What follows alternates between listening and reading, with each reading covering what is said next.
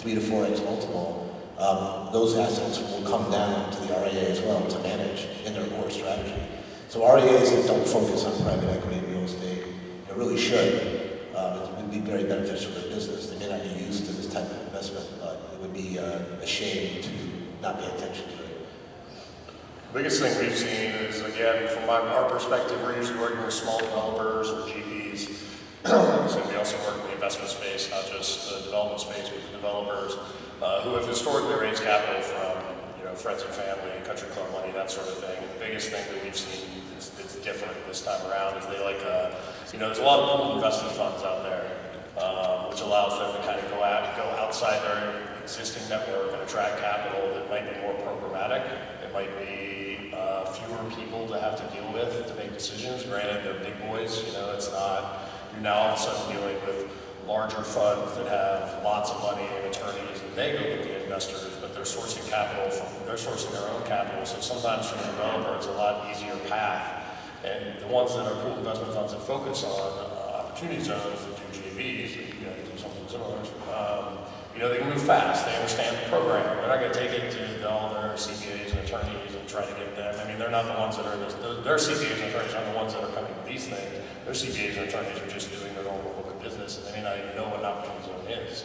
So tapping into those pooled investment funds sometimes allow you to move quickly and get a deal done before it gets stale. So that's the biggest difference.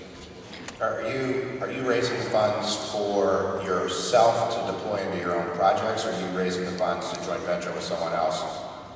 For our own projects. Okay. Yeah. And where have you typically raised funds from in the past? Source of friends and family? Yeah, friends and family. And I'll share with you why. Do you have any hotel projects? No, COVID. All right, so good. So the reason I'm asking is our funds, my past life, our funds were larger funds, they were hotel focused, but they're all institutional investors, MacArthur Foundation and group nationwide. The group that I'm with for the past several years, I've been completely intrigued by it, and it's a balance of high net worth, ultra high net worth, family office, registered investment advisor money, and some broker dealer money, so we have a good mix. But the reason I bring that up is because we're a little spoiled because, as most of you guys know, capital gains are mainly coming from the groups I just mentioned, not the institutional money. That's ordinary income by and large. So we can go to those groups, I'm not saying this is that easy, but we can go back to those groups and those same people I mentioned and say, hey, have some of your clients that are sitting on a bunch of Apple stock and they don't want to get rid of it and not pay tax on it, sell it and invest it in our fund. And so that's where and we don't even have to, we're going around explaining it, they know to do that. Or we're going around and hey, a client just sold a business for $60 million. Okay, it's a good problem to have and it's good for us. So, yeah, so go ahead.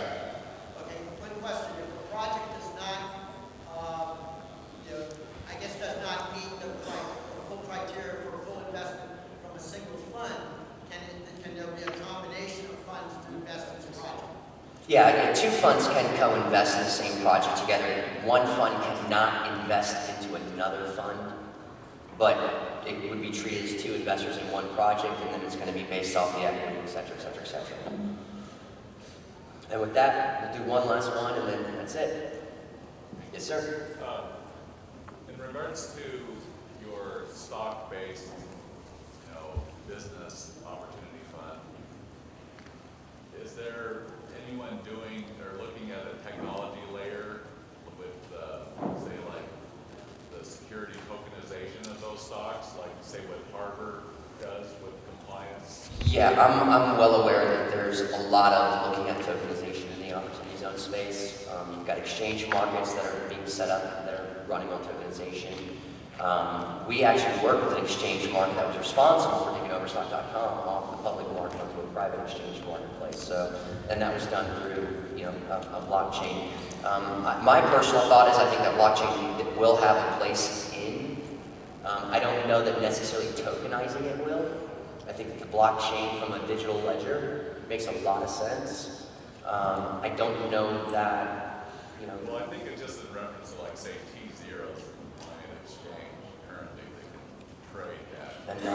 And so then they would have to meet whatever Makes the... sense, makes liquidity Yeah, and so all the fund can do that, it just has to be able to meet whatever those exchange requirements are. If it's an SEC regulated exchange, it's probably gonna be a FINRA 1022 compliance package. And that's what Harvard provides. But that can be used across any private equity fund, right? That's not OC specific or. Right, no, Yeah. exactly. I just- No, so, okay, anyone that figures out how to truly create liquidity, I know there's a few groups going around doing that, but can really create liquidity in the secondary market for LLC interests, especially real estate transactions. And I know there's big groups that are going around that buy tail pieces and what have you, but to really create an exchange that someone figures that out, they're gonna make a lot of money. I know they did their first REIT just recently, so. Yeah, there's a handful of REIT funds, and again, your REIT fund is a quasi multi-part structure because you've got your core entity of your REIT is a corporation, and then you've got holding subsequent, which is typically going to be your LLC. But your REIT funds are possible. And with that, I want to say thank you to everyone, and